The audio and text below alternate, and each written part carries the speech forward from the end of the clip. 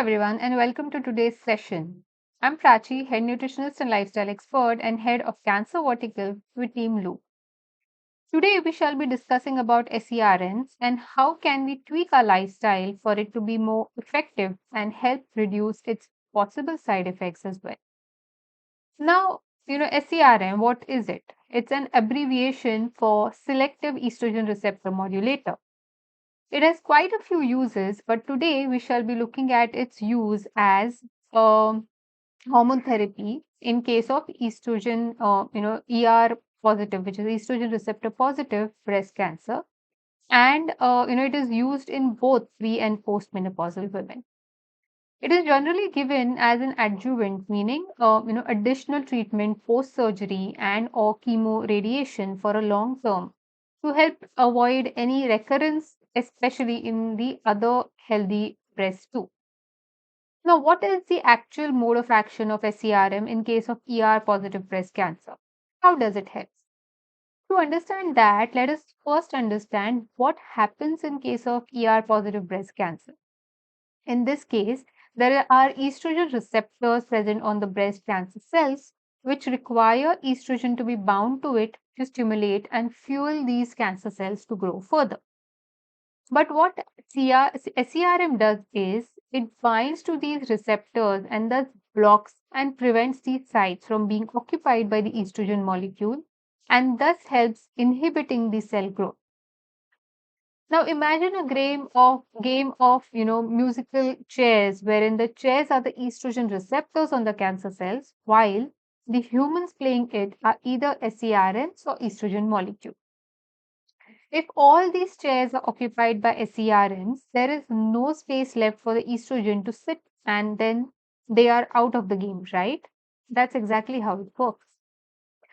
But it is called, selective estrogen receptor modulator because it has a dual function. Okay. So, what is this dual function? So basically, when it comes to SERM, it acts as it has both estrogenic and anti-estrogenic properties depending on the target tissue. Now, it acts as an anti-estrogen in case of breast cancer tissue, but in case of uterine tissue, it has estrogenic properties. Thus, this is the main role of action of SERM when it comes to ER positive breast cancer. But it may have some possible side effects as well, like, hot flushes, fluid buildup, or like, water retention, which may cause swelling over the ankles or fingers or puffy face, leg cramps, joint or muscle aches, vaginal dryness or itching, menstrual cycle irregularities, or, there might be scanty or heavy bleeding during menses, bone thinning, osteoporosis, in case of premenopausal cases as well, nausea, vomiting, thinning of hair. But of course, not all have these, side effects. Other but quite rare side effects could be, formation of, blood clots or liver abnormalities or, eye changes like cataract or retinal changes, etc. But these are quite rare. Um, you know, Let us now take a look at how we can use lifestyle to help reduce these, possible side effects of SERM and also help create a favorable internal environment to help enhance its efficacy further to prevent a recurrence of, breast cancer by mainly helping in reducing inflammation, improving immunity, in keeping up with anti-angiogenesis protocol, and in reducing exposure to excess estrogen. Okay. Now, the first aspect to look at, or the first pillar, of lifestyle to look at is nutrition. Now, it is important to have calcium rich food sources because, as being on SERM, in premenopausal women, it may affect, bone health. So we need to keep up with, calcium rich food sources in the routine, like sesame seeds, especially black sesame seeds, or even ragi, almond milk, amaranth seeds, which is rajgira, or even lentils, beans, green leafy vegetables, and so on.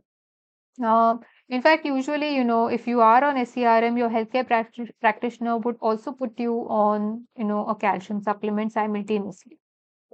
Coming to vitamin D, it is not just important for your bone health, but it is also, important to help with overall immunity and inflammation. Okay. Now, exposure to sunshine is definitely beneficial, but to keep up with, like uh, good levels of vitamin D, one may have to be on, supplementation as well, but only after knowing your vitamin D level through a blood test and then check the right dose for you with the doctor. The next important vitamin to look at is vitamin B12 because it is extremely important for immunity and also when it comes to dealing with leg cramps or joint or muscle aches, which could be one of the side effects of SERM. Best to get your serum B12 levels checked and get your dose of the supplement as per your doctor's suggestion. We also need to look at omega-3 fatty acids because they are anti-inflammatory and they also help in case of joint or muscle pain and are heart protective as well. They are also known to, they also seem to potentiate the anti-tumor effects of SERM further. So, you may add 1 or 2 teaspoons of unroasted flax seeds or chia seeds, walnuts, organic fatty fish in your routine. Or even, you may look at, adding a supplement of omega-3, but of course, after consulting your, your nutritionist or your doctor. Adding to cruciferous veggies like broccoli, cauliflower, Brussels sprouts, and cabbage, which contain powerful compounds like indole 3 carbonyl, which help detoxify excess estrogen from the system, is very very important. They also contain certain sulfur containing nutrients such as sulforaphane that are that enhance liver cleansing processes as well, which is also equally important because when it comes to estrogen dominance or to flush out excess of estrogen from the body, liver is our main organ to do that, and hence to keep up with your liver health is also important for that. Okay. But of course, people with thyroid issues, be sure to have these cruciferous veggies in cooked form and in moderation because they have something called as goitrogens, which may interfere with your thyroid function. But of course, when you have it in cooked form, the goitrogenous effect is almost, like reduced to a great extent. Also, adding certain antioxidants, to your routine, as they help prevent, overall oxidative damage in the body, and which may, further, therefore help with healing. For example, selenium and zinc rich foods like nuts and seeds, especially pumpkin seeds, Brazil nuts with vitamin C rich foods like lemon, amla, kiwi, citrus fruits, vitamin E rich nuts and seeds. Also, lycopene, which is present in cooked tomatoes, are very beneficial. Adding anti-inflammatories like, your all your spices, anti-inflammatory spices like turmeric, black pepper, Sri Lankan roll cinnamon, garlic, ginger, and so on in your daily routine can also help with keeping inflammation in check and thus help with your immunity as well. Avoiding sugar and junk food is very very important. We need to strictly stop having refined white sugar because you know it is very very clear now that cancer cells do feed on sugar. Also, we need to avoid food fried in refined or reused oil, margarine, cream biscuits, bakery items, and so on. Also, refined flour present in biscuits, pizzas, pastas, which cater to triggering such inflammation is something that we need to be aware of. These days, you get, healthier options of all of these very, very well in the market. So you all can, look at that as well as an option. Also, we need to, keep up with our activity. We need to be very active and movement is very, very important for better circulation, blood circulation to help with immunity and reduce inflammation. It also helps to reduce the chances of blood clots, which could be one of the side effects of SERM. Also, it helps to, to help with bone health and build bone density. Certain weight bearing exercises such as squats, lunges, stair climbing are very helpful. Apart from this, we also need to keep a check on our weight, especially fat mass, because, being overweight, it boosts your body's estrogen level, which we need to, of course, avoid, right? In this case. And hence, exercise helps a lot to reduce the excess estrogen from the body. Now, try to exercise, on an average about 30 to 45 minutes a day. Along with that, we also need to, keep up with movement, a step count of about 8 to 10,000 throughout the day. So, it isn't that, you work out for like 30 minutes a day and rest of the day, if you're sedentary, that is not going to work. You need to keep up with movement well distributed throughout the day for better blood circulation. Of course, there are exceptions, but overall, this is how it should be. The next important, factor is water. As simple as it sounds, but hydration is extremely important for better blood circulation, removal of toxins and cleansing as well, and thus helping further with your liver health as well. Also, it is important in case of water retention. Hence, we need to keep up with, on an average of 2.5 to 3 liters of water plus healthy fluids intake, unless of course it is advised otherwise by a healthcare provider, or if you have any kidney issues as well. Okay. Uh, then it is about your sleep. Sleep is extremely important to keep up with hormonal balance, detoxification, therefore healing. While on SERM too. Also, what is more important is that sleep deprivation, it suppresses melatonin, which is the sleep hormone and also an important anti-cancer hormone. Okay. Hence, on an average, about 7 to 8 hours of good deep sleep so that you feel rested on wake up the next day is very important. Next to deal with is, having chronic emotional stress. Now, having stress chronically, it can increase your cortisol levels, which is your stress hormone, which can ultimately lead to estrogen dominance in the body, thus possibly affecting the efficacy of SERM. Using tools like, meditation, pranayam, positive affirmations, visualization can help tremendously to tackle with such chronic stress in a much, much better way. So we should, definitely give it a try. Keeping up with liver health. Now, as I mentioned earlier, it is mainly your liver that helps break down and eliminate excess hormones and toxins from the body. Thus, it is important for better, detoxification and removal of excess SERMs as well, and, excess estrogen from the system. Thus, keeping up with including, cooked cruciferous veggies in moderation, helping having liver-friendly and cleansing foods like carrots, beetroot, radish, garlic, ginger is important in the routine. Keeping the bowels clean, constipation is one of the crucial causes of estrogen dominance in the body, as normally, excess estrogen in circulation is expelled out through stools. But in case of chronic constipation, this excess estrogen is taken back in circulation, leading to estrogen dominance and toxin load. Hence, it is extremely important to address this on priority. You all can, in fact, watch our videos on the same for simple, remedies for constipation. Also, coming to reducing exposure to xenoestrogens and possible carcinogens is important. So, cosmetics and personal care products these days are loaded with a lot of harmful chemicals, which could be potential carcinogens and xenoestrogens, which mimic estrogen and thus can cause an overload of estrogen again. Examples are parabens, phthalates, SLS, formaldehyde, and so on. Hence, it is best to opt for chemical-free cosmetics and personal care products, which are very much available in the market today. Also, plastic, be it BPA-free as well, needs to be avoided as they are xenoestrogens again.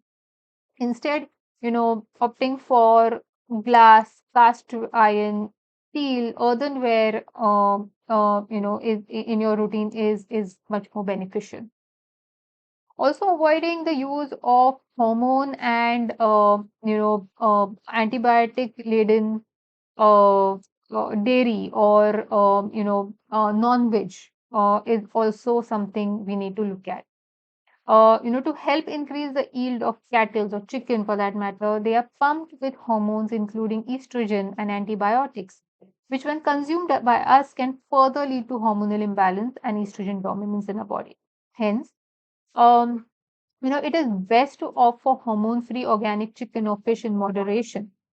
In case of dairy, one may opt for organic A2 cow's milk, preferably in the form of curd or buttermilk, but of course, in moderation. Smoking, in any form and either active or passive smoking is a complete no-no as it is a carcinogen and it increases the toxin load in the body, lowering immunity and therefore increasing inflammation. Also, alcohol, especially binge drinking, is a burden to the liver. So it also makes the body acidic and increases inflammation in the body. And also it can increase, estrogen production. So hence it is best to eliminate it completely or use it in moderation. Now let us look at some easy home remedies for a few of the side effects. Okay.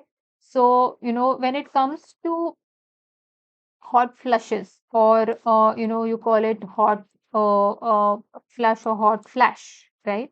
So that is when with or without sweating.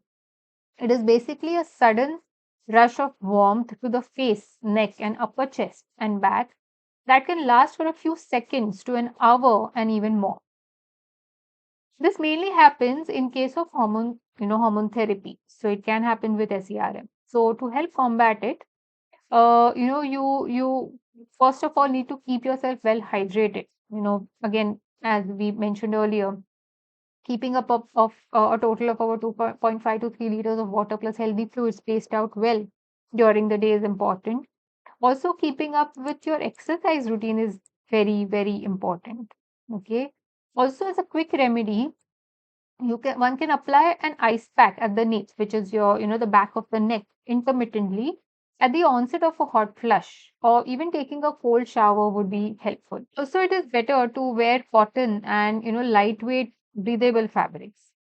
Also, try practicing pranayam, meditation, and relaxation exercises that also help to manage stress, which in itself can be a trigger for the hot flush too. Also, avoiding certain triggers such as warm rooms, spicy foods, caffeinated beverages, and alcohol would be helpful. Adding about 1 to 2 teaspoons of raw unroasted flaxseed powder to the routine would also be very helpful. Next, coming to, if there are leg cramps, you can include potassium and magnesium rich foods in your routine, like avocado, sweet potatoes, spinach, raw cacao, nuts and seeds, especially almonds, coconut water, banana, and so on. But of course, take an informed decision if, in case of kidney or heart issues. Also, one can do Epsom salt soak, wherein, Epsom salt is magnesium sulfate. So, taking about 50 to 100 grams of Epsom salt in a bucket of warm water and soaking your legs till the knees for about 10 to 15 minutes would be helpful.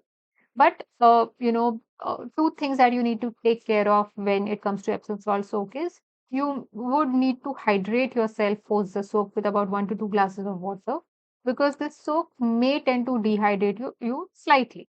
Also, we need to apply, natural moisturizer like maybe cold pressed coconut oil or, to over the legs to relock the moisture in.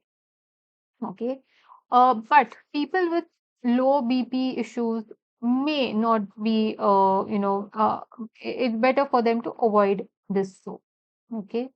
Uh, Also keeping a check on your vitamin D and B12 levels and also keeping yourself well hydrated is important. Movement again is very important for better blood circulation and therefore to avoid or reduce leg cramps as well. Also, so when it comes to joint or muscle pains as a side effect, Epsom salt soak again is helpful. Also, massaging with nutmeg and sesame oil mix, wherein you take about 4 to 5 drops of pure nutmeg essential oil and mix it with a carrier oil like sesame oil and applied over the pain area would be helpful. But do definitely do a patch test first through though to see if you are not allergic to nutmeg basically. Okay. If there is water retention, especially on the ankles or fingers, or there is puffy face, then having natural diuretics like coriander seed water or barley water would be helpful. For coriander seed water, you just have to take 1 tablespoon of coriander seeds in 2 cups of water and bring it to a boil. Simmer it for 5 minutes and until the water reduces to half its quantity, just strain and sip on it. Also, keeping yourself very well hydrated is important. In case of ankle swelling, you can keep the legs elevated at an angle intermittently. So this was all about SERMs, and its mode of action and certain possible side effects is what we looked at. And we looked at the ways we can help minimize these side effects and help enhance the efficacy of SERMs. And we also looked at certain quick remedies, for hot flushes, water retention, leg cramps, joint and muscle pain, and so on. Hope this session was helpful for you. In case of any queries related to this topic or to know more about our cancer care programs, do visit our website www.loopfutino.com. Thank you so much, everyone. Take care.